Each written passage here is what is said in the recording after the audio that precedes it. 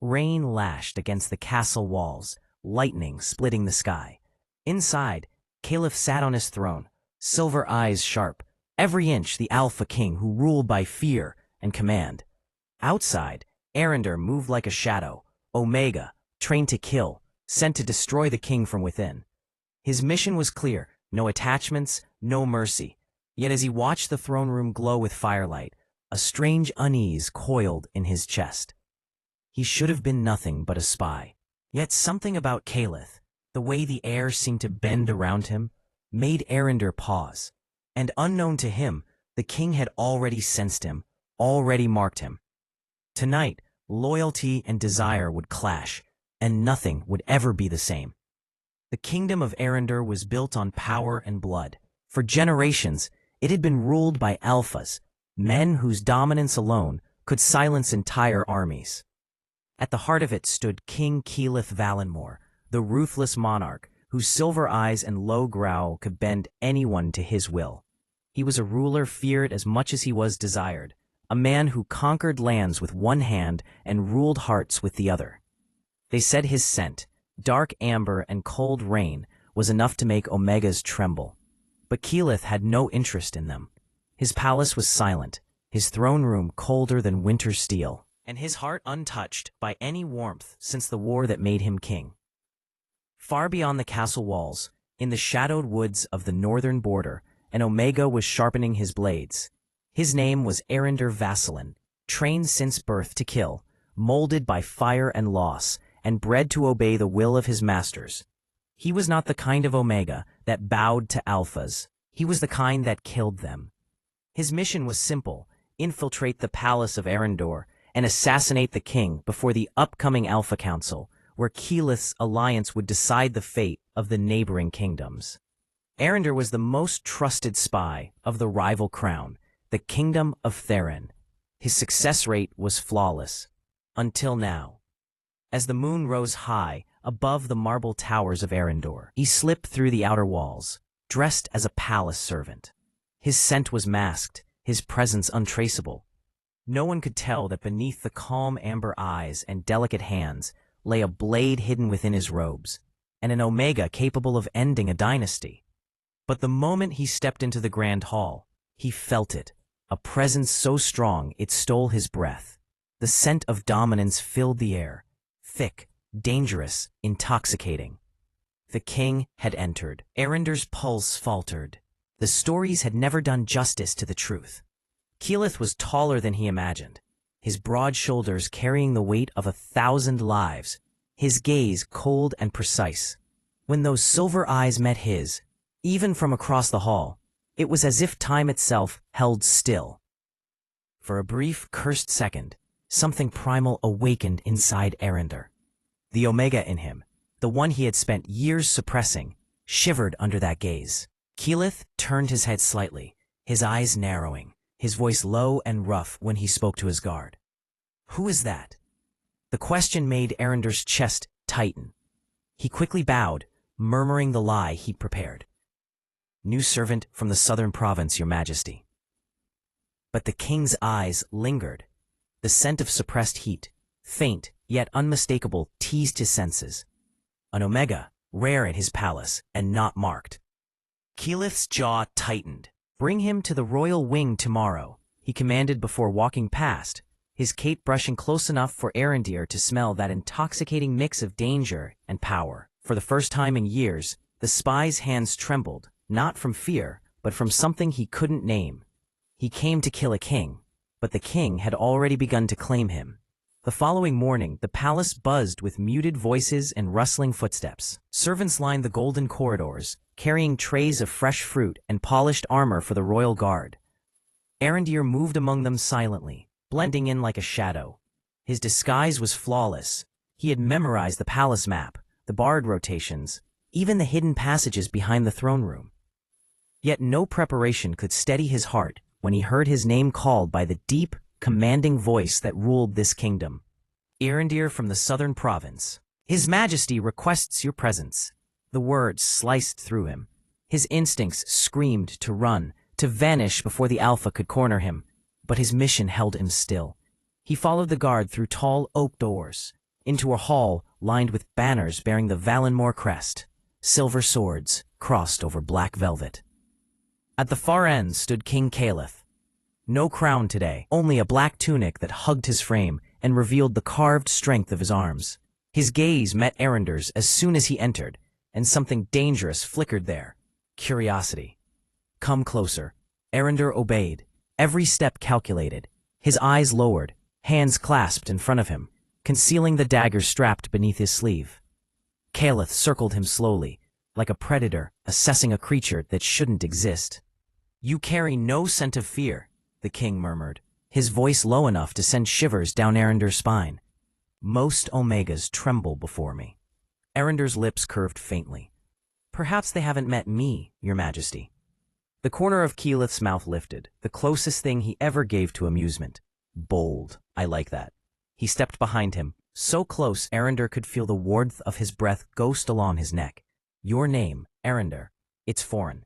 I was raised near the borders." Keyleth hummed, clearly unconvinced. "A dangerous place for an Omega." "I learned to make danger my companion." Keyleth's hand brushed against Arender's collarbone, slow and deliberate. "You hide it well, but I can still sense it. The Omega in you, suppressed but not gone." Arender froze. His scent blockers were perfect. No one should have been able to tell, not even an alpha of royal blood. Yet Keyleth's senses pierced through every layer. He forced a calm smile. "I'm honored your majesty notices details so deeply."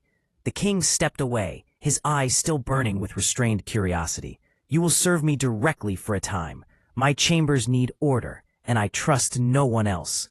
It was the perfect opportunity, exactly the kind of proximity Arender needed to complete his mission. Still, when Keyleth's gaze held his again, something inside him shifted uncomfortably. "Yes, your majesty." Keyleth dismissed the guards, waiting until the doors closed before he spoke again. "Tell me, Arender, what is it you want from this palace?" Arender hesitated. "To serve my king." "Lie again," Keyleth murmured, stepping closer until his chest brushed Arender's shoulder. "And I'll know." His alpha tone, low, commanding, intoxicating, rolled through the air, making Arender's pulse race. He clenched his fists, resisting the urge to step back. He'd faced assassins, torture, and death. But this was different. This was something primal, instinctive, alive. Keyleth leaned closer, voice rough. "You smell of steel and secrecy. If I didn't know better, I'd say you came here for something other than service." For the first time, Arender met his eyes fully. "And if I did, your majesty?" Keyleth's smirk deepened. "Then you'd better hope I decide to keep you alive long enough to find out."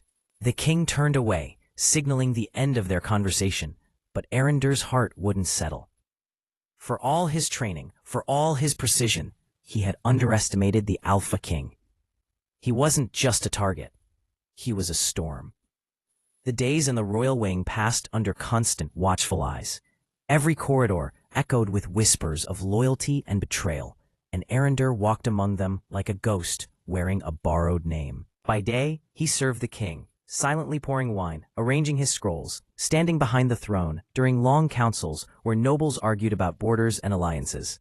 By night, he mapped every guard route, every secret passage, every weakness in the palace walls. His chance would come soon. He only needed to wait. But Keyleth was not an easy man to wait around. He was a presence that consumed every room, every breath. Sometimes, without warning, he would turn and catch Arender's gaze during a meeting, his eyes locking, like he could see straight through the disguise, through the lies, down to the blade hidden beneath his sleeve. And sometimes, Keyleth spoke to him when no one else dared to. "You don't belong among servants," he said one evening, his voice low as the fire cracked beside them. Arender stiffened. "Your Majesty?" Keyleth looked at him over the rim of his wine cup, eyes narrowing. "You move like a soldier. You keep your stance ready, like someone expecting an attack. What are you running from, Arender?" Arender's pulse stumbled. Memories, perhaps. Keyleth tilted his head slightly, studying him. "You're a strange Omega. I've been told that before." A silence stretched between them, heavy, charged, neither of them moving. The scent in the room shifted, dominance brushing against defiance, instinct against restraint. Keyleth's scent, Rich, cold, dangerous, pressed against him like a weight, and something inside Arender twisted, resisting yet drawn in. When Keyleth finally stood, the firelight caught the sharp line of his jaw. "The council meets tomorrow. Stay close. I might have use for a clever mouth like yours." Arender bowed to hide the confusion in his eyes. "As you wish, your majesty." That night, when the palace slept, he crept through the hidden stairway behind the king's study. His fingers brushed over the hilt of his dagger as he stared at the closed door leading to Keyleth's private chamber. One push, one strike, and his mission would be complete. But when he raised the blade, he heard it, the faintest sound, a low, rough sigh from inside. Not the sound of a ruthless ruler, but of a man alone. Arender's grip faltered. He told himself it was weakness. He told himself it was hesitation born from exhaustion. But the truth slipped through his chest like an unwelcome whisper. He didn't want to kill him. He sheathed the dagger and turned away, leaving the king alive, for reasons even he couldn't name. The next morning, when Keyleth entered the council hall, his eyes found Arender immediately. And this time, when he passed by, his fingers brushed against Arender's wrist. Barely a touch, but enough to make every hidden nerve burn. Neither spoke of it, but both knew something had changed. The king was beginning to trust him, and the spy was beginning to lose control. The first test came without warning. At dawn, the palace bell rang thrice, a sound used only when the king called his inner circle. Arender followed the sound to the training grounds, where the knights stood in neat formation. Keyleth stood at the center, his sword gleaming with morning light, his expression unreadable. When Arender approached, Keyleth's voice carried through the silence. "You've been at my side for weeks, and yet I know nothing of what you can do." His eyes glinted like cold steel. "Draw your weapon." Arender froze. "Your Majesty?" "Draw it," Keyleth repeated, stepping closer. "If you were truly a servant, you'd hesitate. But you're not. You move like a man who's killed before." A slow chill ran through Arender's spine. He had been careful, too careful, but Keyleth had noticed what others could not. Still, revealing his strength would only make him a target. "With respect, I am not trained for combat," he said quietly. Keyleth's smirk was faint, cruel. "Then you'll learn." He tossed a wooden practice sword at his feet. "Defend yourself." Arender lifted it slowly. The moment their blades met, the air cracked with force. Sparks of strength, power, and scent collided. Alpha dominance against Omega instinct. Keyleth moved with lethal precision, every strike calculated to break him, but Arender was faster. Their swords clashed again and again, until the watching soldiers began whispering among themselves. The king's servant, an Omega, was holding his own against him. Keyleth's eyes boned brighter with every strike. "Who trained you?" "No one," Arender lied, parrying another blow. "I taught myself how not to die." Keyleth's sword twisted suddenly, disarming him. The next second, Arender found himself pinned against a wooden post, the king's blade at his throat, their faces only inches apart.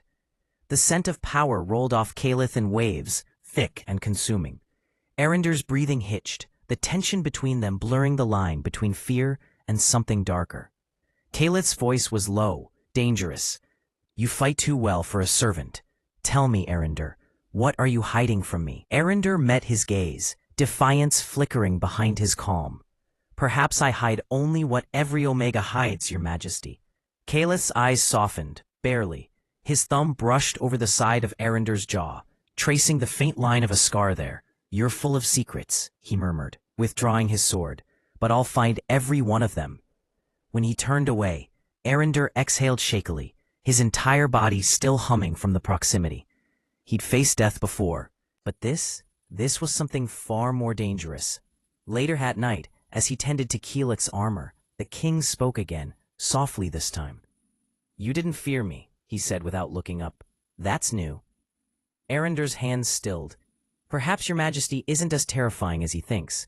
Keyleth's eyes flickered up, silver and sharp. "Careful, Arender. You're treading a line few survive." Arender smiled faintly. "I've lived my life on that line, your Majesty." Keyleth stared at him for a long moment, then nodded once. "Then stay close. I'll need someone like you when the council war begins." And just like that, the spy found himself not only inside the palace, but inside the king's trust, his orbit tightening until escape felt impossible.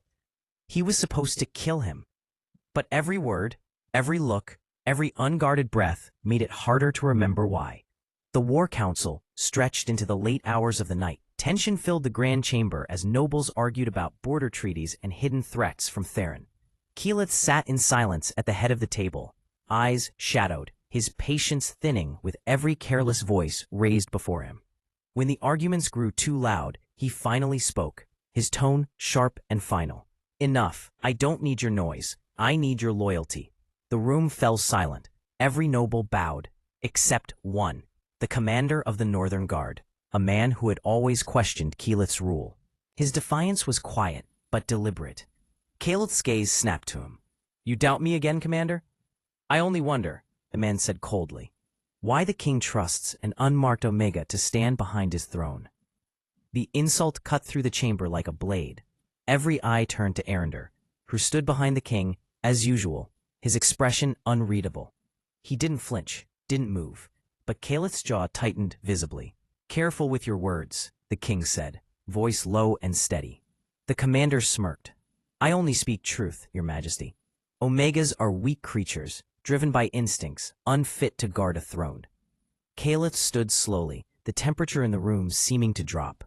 "Say that again." "I said—" The commander didn't finish. Keyleth's blade was already drawn, glinting in the firelight, as he pressed it against the man's throat. "If I ever hear you insult him again," he growled, "you'll lose more than your tongue." The commander froze, sweat dripping down his neck. No one moved. Keyleth's scent filled the room, pure dominance, thick and overwhelming, forcing every alpha and beta to bow their heads instinctively. When the king finally withdrew his blade, his voice was calm again. "This council is over." He turned and walked out, leaving a stunned silence behind. Arender followed wordlessly, but his chest burned with something strange. No one had ever defended him like that. No one ever would again. Inside the empty throne hall, Keyleth stopped suddenly and turned toward him. "You shouldn't look so surprised," he said quietly. "Did you think I'd let anyone insult what's mine?" Arender blinked. "Yours?" The king's gaze softened slightly, though the tension in his voice remained. "You serve me. You belong in my court. That's enough for now." "Wait." Arender swallowed, unsure why his heart reacted to those words the way it did. He bowed his head slightly. "You didn't have to do that, Your Majesty." "Yes," Keyleth murmured, "I did." A long silence stretched between them. The air grew heavier, their scents mingling, amber and rain with steel and frost. When Keyleth finally moved closer, Arender didn't step away. "You hide your scent," Keyleth whispered, his hand brushing against the side of Arender's neck. "But I can still feel it, the pull, the fight. You've built walls around yourself so high, even your instincts can't climb them." Arender's voice was soft but trembling. "If I didn't, I'd never survive." "Then perhaps," Keyleth said, his breath brushing his ear, "you shouldn't have come here at all." Their eyes met, one filled with power, the other with defiance, and for a moment, the world outside the throne hall ceased to exist. But Arender broke it first. He stepped back, bowing low. "Your Majesty should rest. The council will need you again at dawn." Keyleth's expression shifted, unreadable, but he didn't stop him. He only watched as Arender walked away, his cloak trailing like a shadow across marble floors. That night, neither of them slept. Arender sat in the darkness of his chamber, hand pressed against the spot on his neck, where the king's fingers had lingered. His heart was a war zone, duty battling desire, vengeance bleeding into something far more dangerous. He told himself it was weakness, but deep down, he knew the truth. He had crossed a line he could never return from. And in the silent dark, far across the palace, Keyleth stared at the same moon, wondering why the scent of that cursed Omega still refused to leave his mind. The morning broke with a storm. Heavy clouds hung over Arender's palace, thunder echoing across the mountains, like a warning of the chaos that brewed within its marble walls. The king had not summoned the court that day.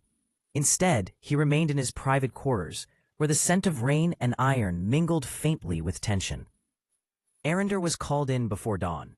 The guards said nothing, only opened the tall iron doors and left him standing in the center of the room. Caliph sat near the window, half his armor undone, silver hair falling across his eyes. He didn't turn immediately. He only spoke when the silence grew unbearable. "You were seen near the northern wing last night." Arender's blood ran cold. That was where the archives were kept, the place he had gone to search for maps that could reveal the king's battle plans. He had made sure no one followed him, or so he thought. "I was bringing scrolls to the royal scribe," he said smoothly. Caliph finally turned, his gaze sharp enough to cut through every lie. "You think I don't know when I'm being deceived?" His tone was calm, dangerous. "You forget, I was trained to read enemies before I learned to rule them." Arender met his eyes, heart pounding. "If your majesty believes I've done wrong, then I will accept punishment."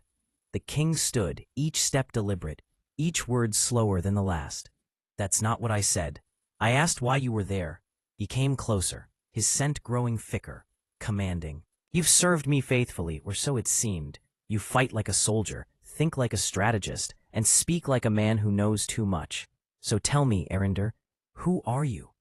Arender's fingers twitched toward the dagger hidden under his sleeve, but something inside him froze when he saw the look in Caliph's eyes. Not anger, not fear, hurt. He wanted to end this mission, to draw his blade and finish what he came to do, but every time he imagined it, his chest tightened. "I am no one," Arender whispered, "just a shadow that survived too many wars." Caliph's hand shot out, grabbing his wrist, spinning him around until his back hit the cold stone wall. The blade fell from Arender's sleeve, clattering between them. For a moment, neither moved. Rain hammered against the windows, thunder roaring as if echoing their hearts. Caliph's voice dropped to a growl. "A shadow doesn't carry a weapon meant for a king." Arender's eyes closed briefly. "You wouldn't understand." "Then make me," Caliph hissed, "before I decide whether to forgive you or destroy you." Arender met his gaze again, this time not with defiance, but exhaustion. "You were never supposed to know my name. I was sent here to end you, to bring your empire to its knees before you crushed ours. That's what I was made for." Silence crashed over them. Caliph didn't move. His grip didn't loosen, but the fury in his eyes dimmed, replaced by something far more dangerous, understanding. "And yet," he said slowly, "you didn't do it." Arender's throat tightened. "No." "Why?" The question broke something inside him. He looked away, voice trembling despite his control. "Because I couldn't." Caliph exhaled, the sound low and rough. "You should hate me." "I tried." Lightning flashed outside, throwing their faces into brief, sharp light. Alpha and Omega, predator and prey, bound by something neither could undo. Caliph released his wrist but didn't step back. His hand rose slowly, fingers brushing against Arender's cheek, then down to the pulse beating wildly at his throat. "You had your chance to kill me," he murmured. "Now I have mine to kill you." "But I won't." Arender's eyes widened. "Why?" "Because I don't want to," Caliph said, voice deep, raw, almost broken. "And that's what terrifies me the most." The air between them burned. The pole that had been building for weeks finally snapped, their instincts clashing and blending, Alpha and Omega, caught in a moment that defied every law of power and blood. Caliph's hand lingered, trembling slightly, as if even the king himself didn't understand what he wanted anymore. "You will stay under my watch," he said finally. "No guards, no chains, just my word." Arender nodded once, unable to speak. When he left the room, his chest ached in ways he couldn't name. He should have felt relieved, his mission exposed, his life spare. But instead, it felt like the beginning of something far more dangerous than death. Because now, both of them knew the truth, and neither of them could turn away. The palace grew quieter after that night, but the silence carried weight, an unspoken tension that lingered in every hall, every glance. Arender still walked the same paths, but something inside him had shifted. The mission was over, the purpose gone, yet he stayed, for reasons he refused to name. Caliph had not mentioned the dagger again. Instead, he watched. Always watching, in the council, at meals, in the training yard. The king's eyes followed him like a shadow, as though he was studying something too precious or too dangerous to release. Days passed before Caliph finally called him again. When Arender entered, the king stood near the balcony, his cloak swept aside by the cold wind. The night stretched behind him, endless, full of stars and quiet rage. "You could have run," Caliph said, without turning. "Yet you didn't." Arender's voice was steady, though his pulse wasn't. "Where would I go, your majesty?" "Every path outside this palace leads to execution." "You're not my prisoner," Caliph said softly. "And what am I?" The question hung between them. Caliph turned, his silver eyes burning with something that wasn't anger anymore. "I haven't decided yet." Arender's breath hitched. "Then perhaps I should save you the trouble. I was a weapon.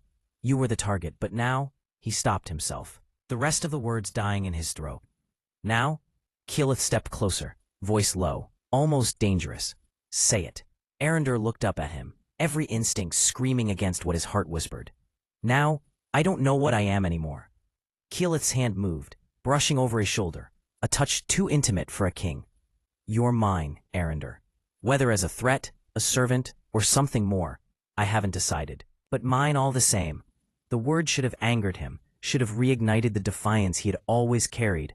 Instead, they sent a tremor through him, the kind that came not from fear, but recognition. He didn't answer, couldn't. Caliph stepped even closer, his scent enveloping him, that sharp mix of dominance and storm. "Tell me the truth," he murmured, "when you looked at me before, when you held that blade. Did you ever imagine you could truly end me?" Arender met his gaze, breath trembling. "I thought I could." "And now?" Arender's heart pounded against his ribs, the words falling before he could stop them. "Now, I think I'd die before letting anyone else try." The king's eyes darkened, his jaw tightening as though holding back something primal. His hand rose again, tracing the line of Arender's throat, lingering just above his pulse. "You're a dangerous creature," he whispered. "More dangerous than any assassin I've ever faced." And yet, Arender said quietly, "You still stand too close." Caliph's voice dropped lower, his breath brushing against his skin. "Maybe I want to see what happens if I don't move away." The moment stretched, heat and tension tangled together in the quiet space between them. Their instincts clashed and pulled, alpha dominance against omega resistance, until both were trembling for entirely different reasons. Arender finally stepped back, forcing himself to breathe. "You shouldn't." Caliph's smirk was faint, pained. "I never do what I should." He turned away, dismissing him with a single gesture. But the air stayed charged long after Arender left the chamber. That night, the king dreamed of amber eyes and whispered defiance. And in the next room, the spy dreamed of silver and storms. Neither could escape the other anymore. The attack came without warning. It was near dawn when the sound of steel and chaos erupted beyond the palace gates. A roar of clashing swords and shouts echoing through the cold corridors. Arender was awake before the guards even reached his chamber. Years of training had carved his instincts too deep to ignore. He didn't hesitate. He grabbed his blade and stormed into the hall, only to find flames licking the curtains and blood staining the marble. The enemy crest, the same one from his former kingdom, gleamed on the armor of the invaders. He froze for half a second. His past had come to finish what he hadn't, and then he moved. Arender fought like the shadows themselves, cutting through enemies with precision born of rage and clarity. For every soldier that fell, the noise only grew louder, the sound of war clawing its way into the heart of the palace. When he finally reached the throne corridor, Caliph was already there. The king stood at the center of destruction, unarmored, drenched in blood that was not his own. His silver eyes burned like a storm unleashed, and the sword in his hand moved as though the gods themselves guided it. For a moment, Arender just watched him, the man he had once sworn to kill, now the only person he couldn't bear to lose. "Arender," Caliph's voice cut through the chaos. "With me." The command was unnecessary. He was already there. They fought side by side, perfect rhythm, perfect destruction. When one moved, the other followed. When one struck, the other defended. The synchronization was unnatural, almost instinctive, as though something older than loyalty tied them together. But then a flash of betrayal. From the balcony above, an arrow flew straight toward Keyleth. Arender didn't think. His body moved before his mind could. He threw himself between the king and the arrow. Pain tore through him, hot, sharp, looming red beneath his ribs. The world blurred for a moment, and all he heard was Keyleth's voice breaking through the noise. Arender.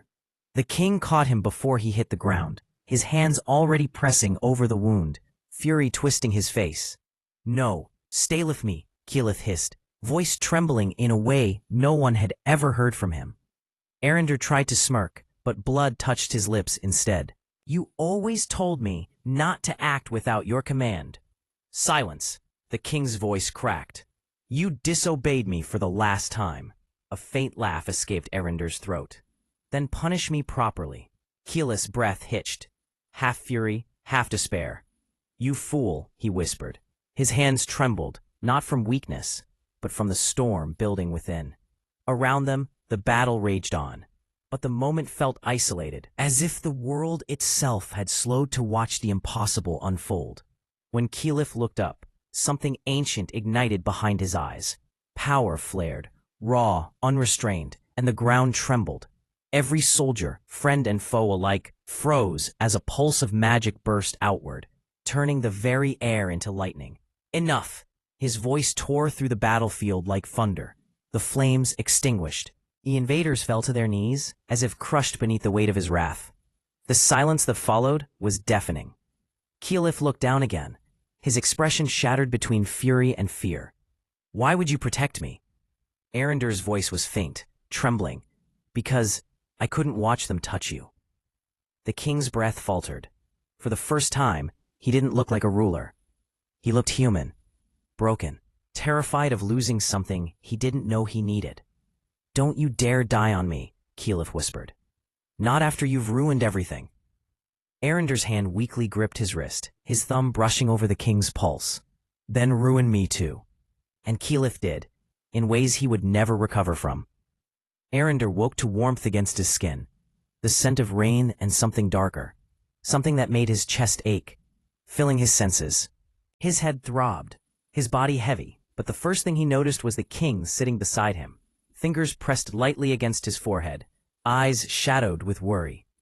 "Keyleth." His voice was hoarse, barely a whisper. "I'm here," the king said, his tone low, guarded, yet unshakably tender. "You survived. That's all that matters right now." Arender's lips curved weakly, barely. Pain lanced through his side, but he hardly noticed. He was alive, and Keyleth was here. The king's hand moved down, brushing a damp strand of hair from Arender's face, lingering near his jaw. "You scared me," Keyleth admitted, voice tight. "Do you understand that?" "I wasn't thinking about myself," Arender murmured, his eyes locking with the king's. "I was thinking about you." Keyleth's breath hitched. "Me?" His voice was rough, thick with something unspoken. Arender nodded, though the effort made him wince. "I came here to kill you, but—" He closed his eyes briefly, trying to collect himself. "I couldn't. And now I can't imagine living without you."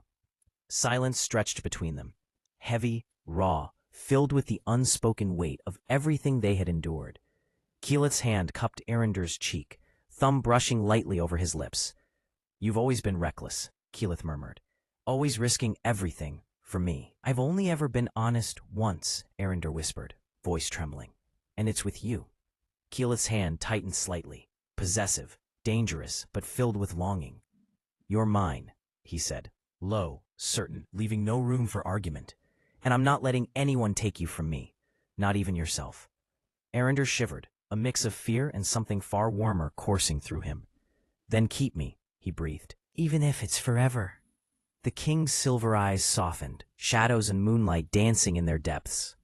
"Forever," he promised. And with that, he leaned down, brushing his lips over Arender's, gentle at first, a whisper, before the kiss deepened, slow and consuming, carrying the weight of blood, war, and unspoken desire. Arender responded, instinct meeting instinct, letting the alpha claim what he had already lost control over: his heart, his trust, and the part of him he had always hidden from the world. When they finally pulled apart, breathing heavy, Keyleth rested his forehead against Arender's. "You've broken every rule I've ever lived by," he whispered. "And yet, I've never been more alive." Arender smiled faintly, warmth blossoming in his chest. "Then we're both ruined, aren't we?" Keyleth's lips curved into a dangerous smirk. "Ruined together." For the first time, neither spoke of missions, duties, or kingdoms. There was only the king, the Omega, and the storm that had bound them together, beyond reason, beyond blood, and beyond survival. The world outside their chamber was chaos wrapped in silence. The attack had been repelled, but the kingdom bled, trust fractured, loyalties split. Within the high walls of the royal wing, however, everything felt different. Too still, too fragile. Arender stood by the window, one hand resting lightly on the bandaged wound beneath his robe. The air carried the scent of rain-soaked earth, but beneath it lingered something stronger. Keyleth's scent, deep and possessive, clinging to his skin like a mark that couldn't be washed away. The door opened softly behind him. Keyleth entered without his crown, his armor discarded, his tunic undone at the throat. He looked less like a king and more like a man torn between worlds, between the ruler everyone feared and the alpha who had nearly lost everything. "You shouldn't be standing," Keyleth said, his voice calm but edged. "I've survived worse," Arender murmured without turning. Keyleth moved closer until his reflection appeared beside Arender's in the window glass. "You're reckless," he said again, his tone rough. "And you keep testing how far I'll let you go." Arender's gaze shifted toward him. "And how far will you, Your Majesty?" Keyleth's hand came to rest on the back of his neck, firm and warm, tilting his head just enough to meet his eyes. "Far enough to chain you to me, if that's what it takes to keep you alive." Arender's breath caught. "That sounds less like protection and more like possession." Keyleth's lips curved faintly. "Dangerous and soft, all at once." "Maybe it's both." Their silence thickened until it nearly broke. Keyleth's hand slid lower, resting over Arender's pulse, steady, alive. "You smell different," he murmured. "Stronger." Arender froze. He hadn't meant for the Alpha to notice. His body had been changing subtly since the night they shared that kiss, his scent sweeter, his instincts sharper, something inside him shifting in ways that terrified and fascinated him both. Keyleth's thumb brushed lightly over his throat, the motion slow, intimate. "What are you hiding from me?" Arender swallowed, but his voice was calm. "You'll know soon enough." Keyleth's eyes narrowed slightly, his instincts bristling. "You dare keep secrets from your king?" Arender met his gaze steadily. "I dare keep what's mine." Something in Keyleth's control snapped. In one motion, he turned Arender to face him, pressing him back against the window frame. His scent rolled over the room, dominant, commanding, laced with something primal. "Everything about you is mine," Keyleth whispered, his breath brushing against Arender's lips. "Your heart, your scent, your lies. Even your rebellion belongs to me now." "And still," Arender murmured, voice trembling yet defiant, "you're the one losing control." Keyleth's eyes burned silver. "Perhaps I am," he admitted, the words torn between fury and desire, "because no one else has ever dared to stand before me like you do." The Alpha's expression softened, barely. He leaned in, resting his forehead against Arender's. "You drive me mad." "I know," Arender whispered. The tension shattered when Keyleth's lips claimed his again, hungry, desperate, all restraint abandoned. The kiss was nothing like before. It was the collision of two storms, breaking and merging, surrender and defiance tangled into one. When they finally pulled apart, Arender's body trembled, and Keyleth's hand lingered over his abdomen where the faintest spark of new life stirred. But truth neither of them yet spoke. Arender's eyes fluttered closed as the realization whispered inside him. His pulse raced beneath Keyleth's touch, but the Alpha didn't notice the subtle change. Not yet. But the bond between them was already deepening, beyond instinct, beyond power, something sacred, dangerous, and impossible to undo.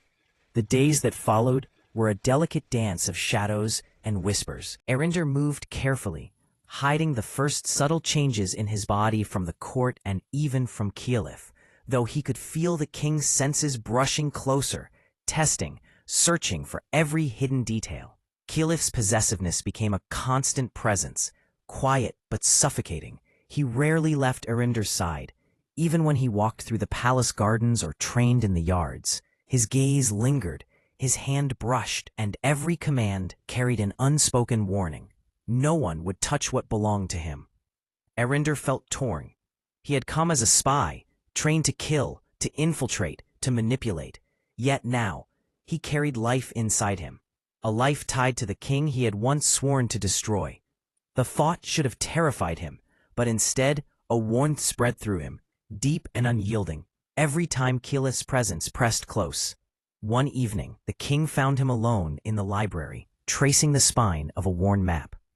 Keyleth leaned against the doorway, arms crossed, his expression unreadable.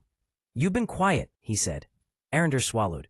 "I've been planning, calculating, watching the borders." Keyleth stepped closer, resting a hand on the table beside him. "And hiding things from me?" Arinder's pulse quickened. "I hide what I must." The king's silver eyes narrowed. "And what happens when I find out?" "I trust you won't be angry," Arinder whispered almost to himself. Keyleth's gaze softened, almost imperceptibly. "You shouldn't hide from me, Arinder, not anything. You're mine. And I will protect you, even from yourself." Arinder looked down, the weight of what he carried pressing heavier than any blade could. "And if I cannot control it?" "You won't have to," Keyleth said, his voice low, possessive. "Because I will control everything around you, every threat, every whisper, every danger. I will shield you." The Alpha's hand brushed over Arinder's abdomen, just enough to make his breath hitch. The gesture was possessive, protective, and intimate all at once. Arinder felt a surge of fear, desire, and something tender stirring inside him. "Your Majesty," he began. But the king silenced him with a look, a soft, commanding gaze that required no words. "Shh," Keyleth murmured, leaning closer until his forehead rested against Arinder's. "You are mine, and I will not let a single soul threaten what belongs to me. Not you, not them, not even fate itself." Arinder closed his eyes, letting himself lean into the warmth, the danger, the ownership. The palace, the war, the politics, all of it faded. There was only Keyleth, and now a life intertwined with theirs, fragile and fierce, demanding protection and devotion. For the first time since he arrived, Arinder allowed himself to feel entirely safe. And the king, sensing the change in him, pressed a possessive kiss to his temple, sealing a promise that no enemy, no betrayal, and no court intrigue could ever break. The storm broke on a night heavy with thunder. The palace walls shook under the sound of war horns. Traitors within the court had aligned with Keyleth's enemies, planning their strike when the kingdom was still healing. The royal guards scrambled through corridors, swords drawn, banners torn, while the sky bled lightning over the towers. Arinder stood in the heart of it all, wrapped in a cloak, eyes sharp despite the tremor running through his body. He should not have been standing. His pulse raced, his breath came shallow, and beneath his ribs, the fragile secret he'd hidden for weeks stirred. But he could not stay locked away when danger crawled this close to Keyleth. When the throne room doors burst open, Keyleth was already there, armored, blood on his cheek, rage in his eyes. He saw Arinder immediately and froze. "What are you doing here?" the king hissed, voice trembling with both fury and fear. "I won't hide," Arinder said, "not while they come for you." Keyleth crossed the distance in 2 strides, grabbing his wrist. "You will do as I command." Arinder wrenched free, eyes burning. "And leave you to fight alone? Never." Keyleth's sense spiked, dominant, sharp, desperate. His body shook with restraint as he reached forward again, pressing a trembling hand against Arinder's abdomen. "You're carrying my heir," he whispered hoarsely. "You think I don't know? You think I couldn't scent it the moment you walked in?" Arinder's breath caught. He had no defense left, only truth. "I didn't want you to worry," he murmured. "Worry?" Keyleth's laugh was broken, angry and fragile all at once. "You're my Omega, my mate. You carry my child, and you walk into war?" Arinder's gaze softened, even as chaos roared outside. "Because I was once sent here to kill you, and now I cannot bear to see you fall." If protecting you means dying beside you, then so be it. Keyleth's fury cracked into something deeper, pure, unfiltered fear. He stepped closer, cupping Arinder's face, his thumb brushing away the faint trace of ash on his skin. You will not die. Not you. Not them. Before Arinder could answer, the sound of footsteps filled the hall, betrayers flooding through the grand doors, steel glinting beneath the torches.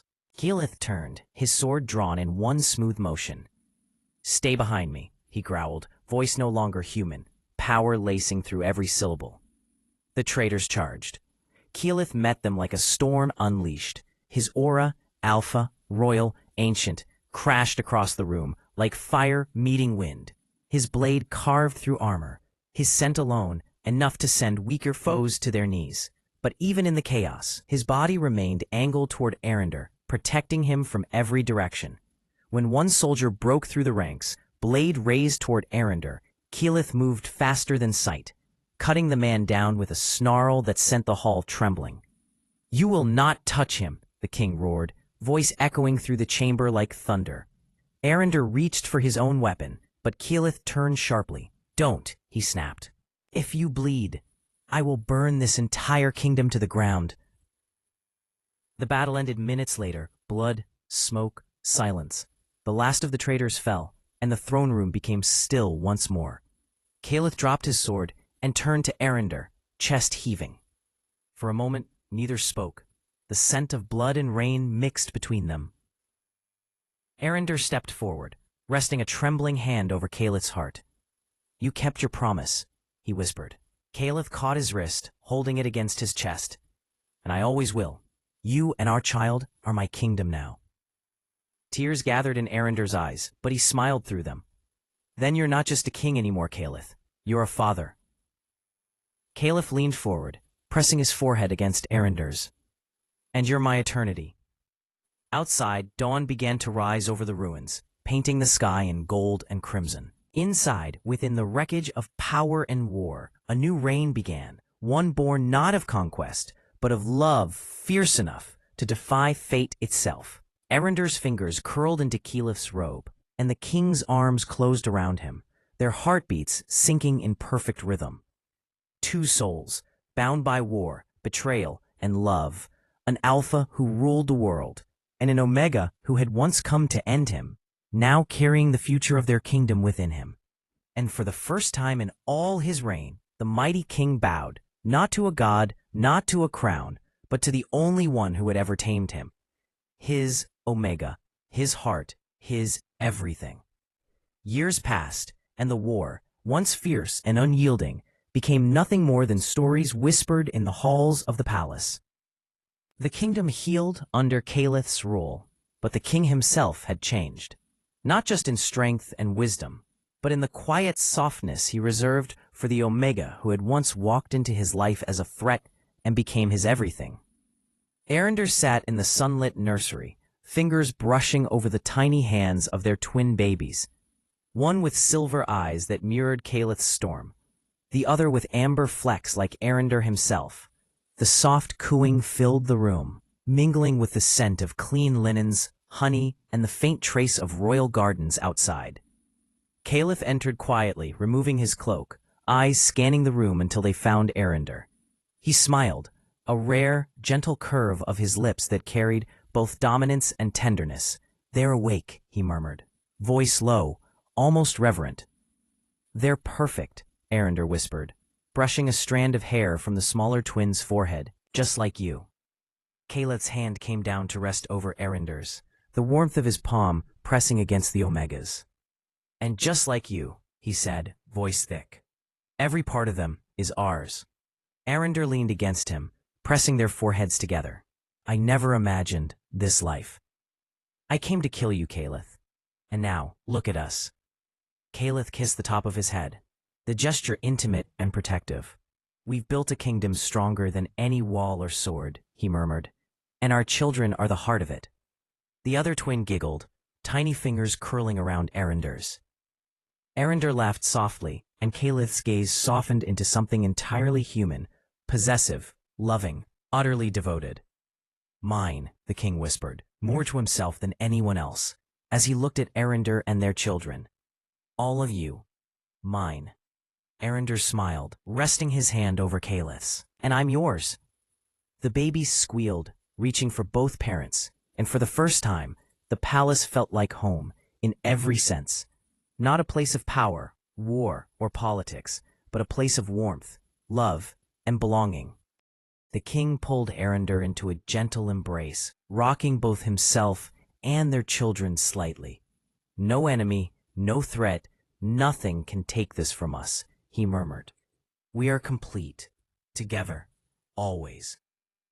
Arender rested his head against Calith's chest, heart finally at peace. Always, he agreed. And in that quiet room, surrounded by love, laughter, and the future they had forged together, the Alpha and Omega finally knew that some battles were worth fighting, and some victories were far sweeter when shared with those you love.